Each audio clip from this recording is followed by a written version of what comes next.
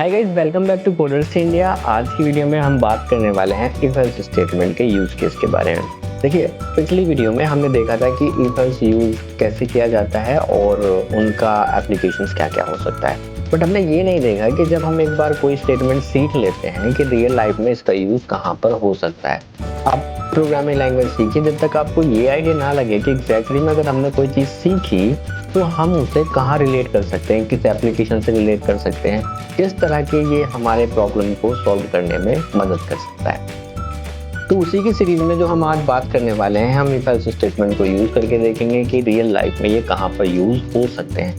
तो एक बार देखते हैं कि डेटा एनालिस्ट के पर्सपेक्टिव से कहाँ पर यूज हो सकता है और एक सॉफ्टवेयर डेवलपमेंट के पर्सपेक्टिव से ये कहाँ यूज हो सकता है। तो पहली चीज जो आज हम करने वाले हैं वो पहला होगा कि भाई एक हमारे पास CSV फाइल हो, एक्सेल फाइल हो या और भी तरह का डेटा हो कि हम चाहते हैं कि इसमें कुछ मैनिपुलेशन की जाए with the help of if else statement. अब यहाँ पर मेरे पास एक फाइल है, यहाँ पर आपको दिखाई दे रही होगी ये वाली फाइल। इसमें दो ही कॉलम है, हमारे फर्स्ट नेम है और एक हमारा एज है।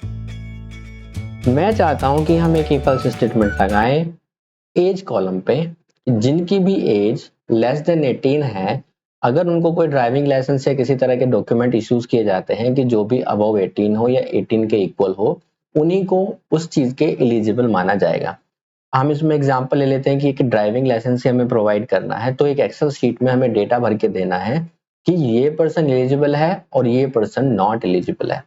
तो यहाँ पे क्लियरली ये समझ में आ गया होगा आप लोगों के, मान लिया जाए अगर 18 है उसकी एज तो एलिजिबल होगा, 18 से ज्यादा है तो एलिजिबल होगा, अगर 14 है तो वो पर्सन ड्राइविंग लाइसेंस के लिए नॉट एलिजिबल होगा। तो पहला तो जो प्रैक्टिकल है वो ये करने वाले हैं, और दूसरा प्रैक्टिकल जो हम करने वाले हैं, एक हम एप्लीकेशन बनाएंगे with the help of the if else condition के साथ। पहला उसमें यूजर नेम इनपुट किया जाएगा, दूसरा उसमें यूजर पासवर्ड इनपुट किया जाएगा। तो उस केस में एक लॉगिन बटन बनाएंगे हम, और यूजर नेम और यूजर पासवर्ड अगर करेक्ट इनपुट किए जाते हैं तो हम तभी उसको अलाउ करेंगे किसी एप्लीकेशन में एंटर करने के लिए, अदरवाइज हम उसको एक्सेस डिनाइड करेंगे। तो ये एप्लीकेशन हम बनाने वाले हैं with the help of the tkinter. और गाइस, ये वीडियो मैं एक डिस्क्लेमर के साथ बना रहा हूँ कि इसमें बहुत सी चीजें ऐसी होंगी जो आपको अभी नहीं आती हैं, तो do not worry about it. इसका ईच एंड एवरी वर्ड हम आने वाले टाइम में सीखेंगे और उसे अच्छे से भी यूज करके देखेंगे। So don't worry about it, अगर नहीं समझ में आता इट्स ओके, बट मेरा यहाँ पर जो कंसर्न है आपको ये बताने का कि रियल लाइफ में आप इफ एल्स कहाँ पे यूज करोगे। तो चलिए चलते हैं जुपिटर नोटबुक में और अपना एप्लीकेशन लिखना स्टार्ट करते हैं। तो इस आ गए हैं हम जुपिटर नोटबुक में। यहाँ पर हम पाइथन का कोड लिखेंगे और इस जो CSV फाइल है हमारे पास उसको थोड़ा बहुत मैनिपुलेशन करके देखेंगे, जैसे कि हमने बात की है। एक बार मैं आपको फाइल दिखा देता हूँ। अगर आपको फाइल दिखाऊं, यहाँ पर डेस्कटॉप पे एक फाइल बनी हुई है मेरी, ये रही। और इस फाइल का नाम जो है वो है employee_data। ओके, एम्प्लॉय डेटा के अंदर गया। इस डेटा के अंदर आप देखोगे दो कॉलम है, एक मेरा फर्स्ट नेम है और दूसरा मेरा एज है। मैं कहता हूं कि मैं with the help of the if else statement and Python code की मदद से एलिजिबिलिटी नाम का एक यहाँ पर कॉलम बनाऊं और वो एज के हिसाब से बनेगा। अब यहाँ पर तो देखिए 10 रिकॉर्ड हैं, बट रियल लाइफ में क्या हो सकता है, more than billions of records हो सकते हैं, और एटलीस्ट थाउजेंड्स में तो हो ही सकते हैं, बिलियंस भी ना हो बट थाउजेंड्स तो हो ही सकते हैं। तो इस केस में हमें क्या करना चाहिए, एक ऑटोमेट सिस्टम हम बना सकते हैं, ये कॉलम क्रिएट करें। 15 के आगे लिख जाना चाहिए ऑटोमेटिकली नॉट एलिजिबल, और 18 या 18 से अबव के सामने लिख जाना चाहिए एलिजिबल। ओके, तो चलिए इस कोड को लिखते हैं। तो मैंने इस फोल्डर के अंदर ही अपना जुपिटर नोटबुक ओपन किया है सो दैट मैं इस फाइल को ओपन कर पाऊं। तो फाइल का नाम है employee_data। तो ये जुपिटर नोटबुक ओपन है। तो सबसे पहले हमें क्या करना है, एक लाइब्रेरी को इंपोर्ट करना है, इंपोर्ट pandas as pd। अब हमें डेटा को लोड करना है। मैं कहता हूं data equals to pd dot read underscore CSV के बाद आपको बताना है फाइल का नाम कि जो फाइल आपको ओपन करनी है। तो हमारे केस में employee.csv फाइल का नाम है, हमने ओपन कर ली, डेटा ओपन हुआ। अब डेटा को मैं एक बार आपको प्रिंट करके दिखाता हूं। जो मेरा डेटा है, डेटा डॉट हेड लिखोगे तो ये आपको डेटा दिखा देगा। शुरू के 5 रिकॉर्ड आपको दिखाता है, शुरू के 2 रिकॉर्ड देखने, 4 रिकॉर्ड देखने, तो वो 4 रिकॉर्ड आपको दिखा देगा। ओके, डेटा मेरा लोड हो चुका है डेटा वेरिएबल के अंदर। अब हम एक फंक्शन बनाएंगे, अभी फंक्शन मैंने आपको नहीं सिखाया, दैट इज ओके, आने वाले टाइम में सीखेंगे इसके बारे में, तो फिर भी बट एक मैं फंक्शन यहाँ पे आपको बनाऊंगा सो दैट मैं इफ एल्स को यूज कर पाऊं। आपको बस इफ एल्स पे ज्यादा ध्यान देना है कि कहां पर ये यूज हो रहा है। मान लिया जाए मैंने एक फंक्शन बनाया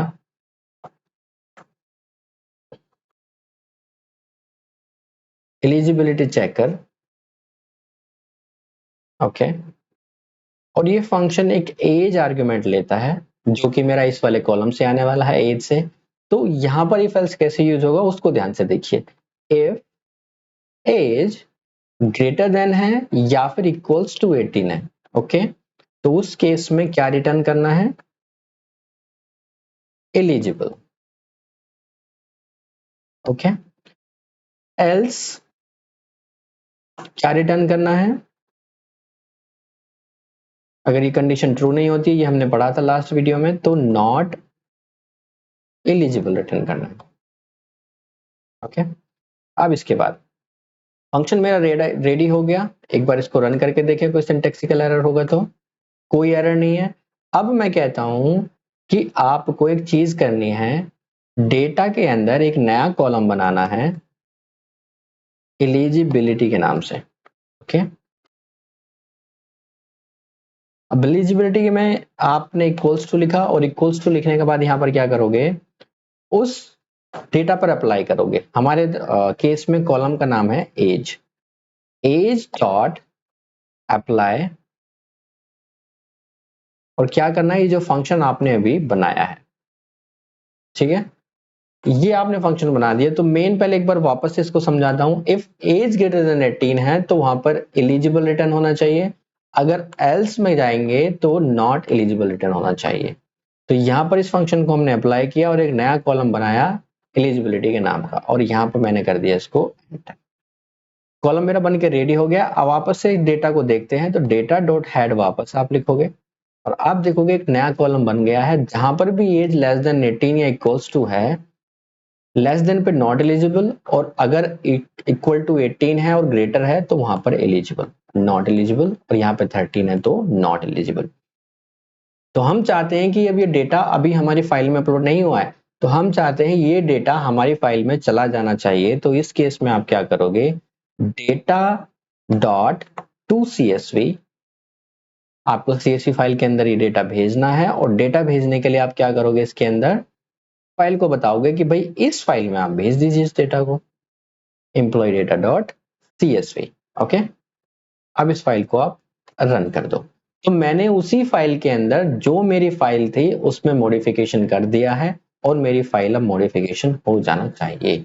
तो आप वापस से चलते हैं उसी फोल्डर के अंदर, यहाँ पे आप देखोगे आपके डेटा में मॉडिफिकेशन हो चुके हैं, ओके। ये आपका कॉलम भर चुका है। तो रियल टाइम में डेटा एनालिस्ट अगर आप काम करते हो सकता है डेवलपर को भी कभी कभी इन चीजों की जरूरत पड़ सकती है। तो इस केस में डेफिनेटली आप इफ एल्स का यूज करके इस तरह की प्रॉब्लम को सॉल्व कर सकते हो। मान लिया जाए आपको यहीं पर एक नई फाइल बनाने की जरूरत थी, तो नई फाइल बनाने के लिए आप क्या करोगे, आप नई फाइल बनाने के लिए एक काम कर सकते हैं, डेटा डॉट टू CSV या फिर एक्सेल, जिसमें भी फाइल आपको भेजना है वो भेज सकते हैं। वो आने वाले टाइम में डोंट वरी, सब कुछ हम सीखेंगे A to Z इस फाइल के अंदर। तो मैं कहता हूं कि भाई एक नई फाइल बनाइए, एम्प्लॉय डेटा और टू के नाम से बनाइए उस फाइल को, ओके। और इस फाइल को हम रन कर देते हैं, और रन करने के बाद वापस से आप जाइए डेस्कटॉप पर, देखिए इस फाइल को। डेस्कटॉप के अंदर आपको दिखाई देगा कि एम्प्लॉय डेटा के नाम की एक फाइल बनी है, ये रहे, ये आपकी फाइल बन गई, और यहाँ पर एक नया कॉलम बन गया है जिसके सामने एलिजिबल और नॉट एलिजिबल लिख के आ गया है। तो इस तरह से आप फाइल में चेंज कर सकते हैं और इफ एल्स स्टेटमेंट को रियल टाइम एग्जांपल के साथ अप्लाई कर सकते हैं। तो चलिए दूसरा एग्जांपल देख लेते हैं एक बार। तो इस सेकंड एग्जांपल में हम बनाने वाले हैं एक टिक का एप्लीकेशन, जैसे कि हमने पिछले जो हमारी स्लाइड थी उसमें देखा था। तो स्टार्ट करते हैं। सबसे पहले हम टिक को इंपोर्ट करेंगे, इंपोर्ट टिक STK, और from tkinter import message box from tkinter import web browser import करेंगे, जो हमने लास्ट एप्लीकेशन में भी इसको यूज किया था, इंपोर्ट वेब ब्राउजर।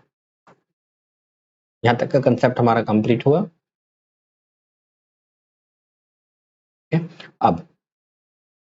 अब हम चाहते हैं एक tkinter को एप्लीकेशन बनाना, तो इसके लिए आप क्या करोगे, सबसे पहले एक एप्लीकेशन का जो स्ट्रक्चर है वो तैयार करोगे, तो root tk. तो इस डोंट वरी अगर आपको अभी कुछ समझ में नहीं आ रहा है, इट्स ओके, क्योंकि टीके का एप्लीकेशन अभी हमने नहीं पढ़ा है, बट मुझे आपको इफ एल्स समझाना है कि रियल लाइफ में किसी एप्लीकेशन में कैसे यूज हो सकता है। तो हम सबसे पहले उसको एप्लीकेशन को स्ट्रक्चर तैयार करेंगे, तो रूट डॉट मेन लूप आप इसको लगाओगे। ये सब समझाऊंगा मैं, मेन लूप क्या होता है, टीके डॉट टीके क्या होता है, जब हम टिकिंटर के बारे में पढ़ेंगे तब ये सारी चीजें हम उसमें डिस्कस करेंगे। तो आप देखोगे यहाँ पर एक टिकिंटर का एप्लीकेशन बन गया। ओके,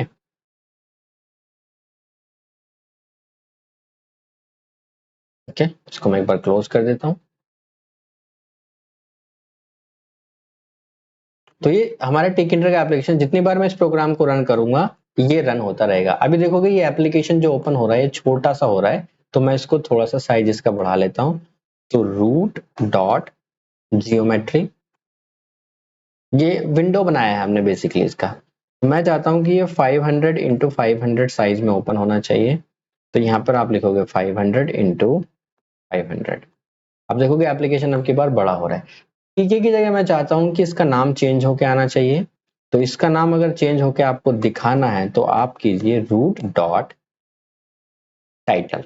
तो टाइटल में हम क्या करेंगे, टाइटल और इसका जो भी नाम आपको देना हो, फॉर एग्जांपल इसका नाम देना हमें लॉगिन एप्लीकेशन। वापस से रन कीजिए, तो लॉगिन एप्लीकेशन इसका नाम चेंज हो गया यहाँ पे और ये एप्लीकेशन बन गया हमारा। जैसे मैंने आपको दिखाया था कि यूजर नेम और पासवर्ड हमें बनाना था, एक पर यूजर नेम लेबल बनाना था, उसके आगे उसको एंट्री लेना था। तो पहले इन दोनों को बनाते हैं। मैं कहता हूं यहाँ पर एक यूजर नेम का लेबल बनाएंगे, इनको हम लेबल बोलते हैं। लेबल मतलब जो लिखा आएगा उसके ऊपर। तो टीके डॉट लेबल, आपने लेबल बनाया, रूट के अंदर जाएगा वो, रूट इसके अंदर आएगा, और इसके बाद उस लेबल पे टेक्स्ट को आपको क्या दिखाना है, मैं कहता हूं उस पर आपको लिखाना है यूजर नेम। यूजर नेम, और यूजर नेम के सामने इस तरह से कॉलन आना चाहिए। अब ये कहाँ बताना है कि ये कहाँ पे आपको दिखाई देना चाहिए विंडो के अंदर, उस चीज को हम सेट करेंगे। तो user name label dot grid, तो मैं कहता हूं इसको रो 0 के अंदर ये आना चाहिए और कॉलम 0 के अंदर ये आना चाहिए। ओके, एक बार रन करते हैं, आप देखोगे यूजर नेम यहाँ पर बना हुआ आ गया। उसी तरह से हम चाहते हैं कि यूजर पासवर्ड बनना चाहिए, तो सेम कोड को हम कॉपी कर लेते हैं और यहाँ पर हम कर देते हैं इसको पेस्ट। तो यूजर नेम लेवल पे यहाँ क्या आना चाहिए, password level, user password level, user password level, और टेक्स्ट की जगह पर प्रिंट हो जाना चाहिए पासवर्ड। ओके, अब पासवर्ड की जगह पर यहाँ पर भी इसका नाम चेंज करेंगे, यूजर पासवर्ड।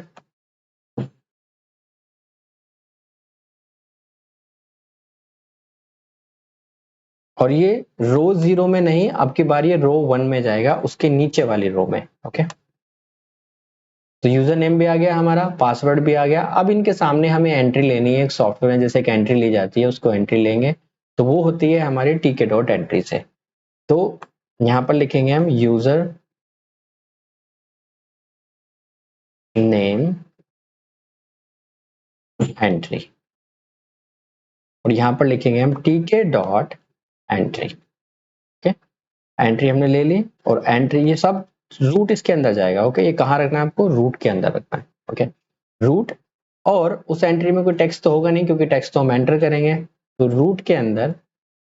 ओके, अब जाना कहाँ चाहिए, वो इस वाली रो के सामने जाना चाहिए। तो इसका मतलब रो को हम 0 ही रहने देंगे, बट कॉलम को हम 1 कर देंगे। तो इस केस में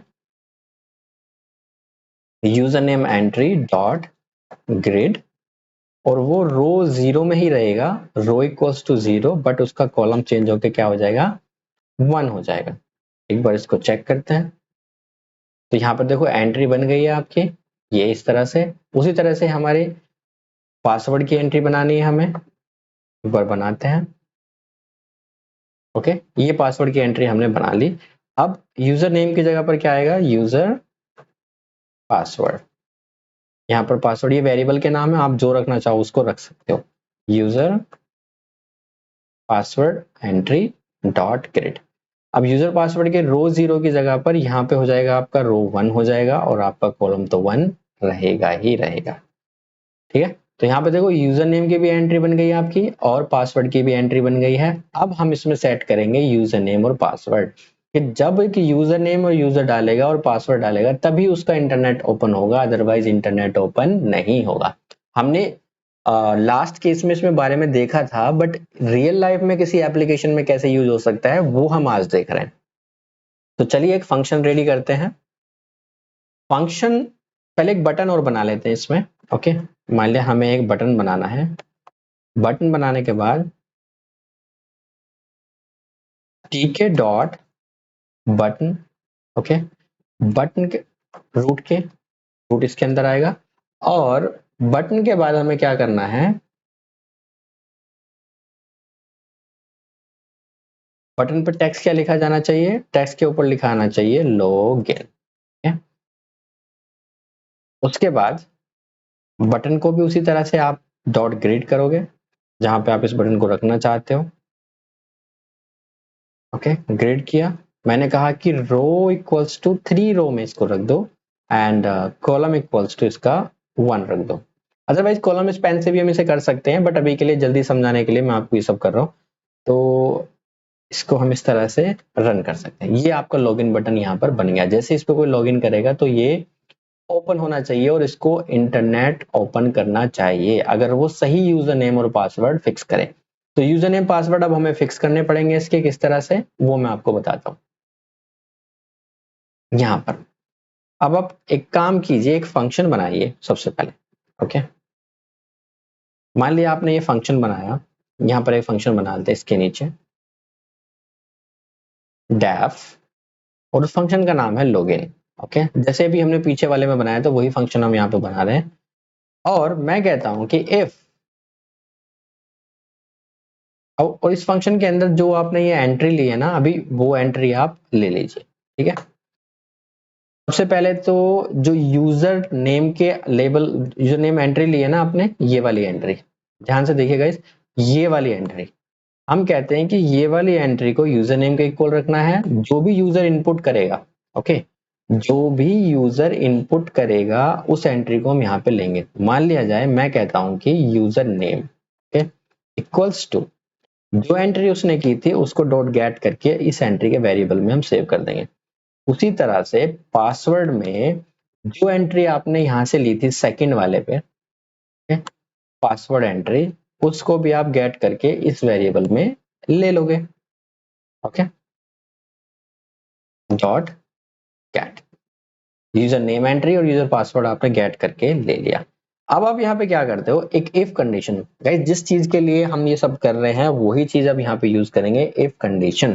तो मैं कहता हूं इफ यूजर नेम, जो अभी यूजर नेम आपने बनाया है, ओके, जो यूजर नेम अभी आपने बनाया है इक्वल्स टू जो भी उसका पासवर्ड यूजर नेम है, रोहित उसका यूजर नेम है, एंड पासवर्ड। अब हम अपनी तरफ से सेट कर रहे हैं इसको, पासवर्ड ये अपनी तरफ से सेट कर रहे हैं कि अगर यूजर नेम रोहित रहेगा उसमें और पासवर्ड रहेगा आपका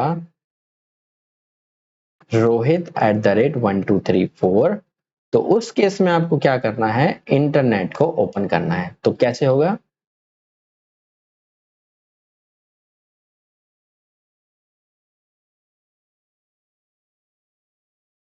वेब ब्राउजर डॉट ओपन से। तो यहाँ पे करेंगे आप वेब ब्राउजर डॉट ओपन, और यहाँ पर लिंक देना है कि क्या आपको ओपन करना है। मैं कहता हूँ इंटरनेट ओपन करना है, तो www.google.com आपको ओपन करना है।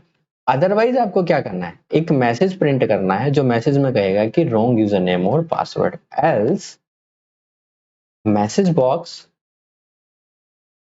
डॉट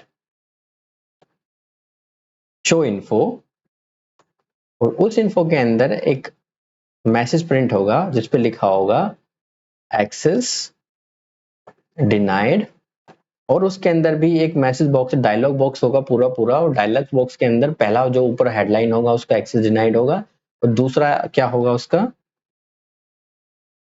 रॉन्ग यूजर नेम और पासवर्ड। ओके, एक बार मैं इसको रन कर दूंगा। अभी गाइस देखिए, अगर मैं इस प्रोग्राम को रन करता हूं ना तो अभी कुछ होगा नहीं। यहाँ पे आप लिखिए रोहित, सॉरी रोहित, और यहाँ पर सही पासवर्ड डालिए rohit@1234। तो आप देखेंगे लॉगिन बटन से कुछ हो नहीं रहा। क्यों नहीं हो रहा? क्योंकि अभी लॉगिन बटन पे हमने इस फंक्शन को सेट नहीं किया। जब भी आप कोई बटन पे क्लिक करते हो इसका मतलब कोई फंक्शन या कोई एक्टिविटी आप करना चाहते हो। तो अगर ये कहता हूं कि मैं जब भी ये फंक्शन पे बटन पे क्लिक किया जाए तो क्या होना चाहिए? सिंपल, यहां पे लिख दूंगा मैं command equals to login. Login कहां से आया है? ये लॉगिन आया है यहाँ से, कमांड इक्वल्स टू लॉगिन, ये जो आपने फंक्शन बनाया कि जैसे ही कोई इस बटन पे क्लिक करे तो लॉगिन आपका एक्टिवेट हो जाना चाहिए। और मुझे पता कैसे चला कि यहाँ पे कमांड देना था? आप शिफ्ट और टैब दो एक बार प्रेस कीजिए तो आपको बताएगा ये वाली ये कमांडें लेता है। ओके, आपको इसका बैकग्राउंड कलर सेट करना है, क्या सेट करना है, मान लिया आपको बैकग्राउंड कलर भी इसका सेट करना है तो यहाँ से आप कर सकते हो। तो control V background equals to,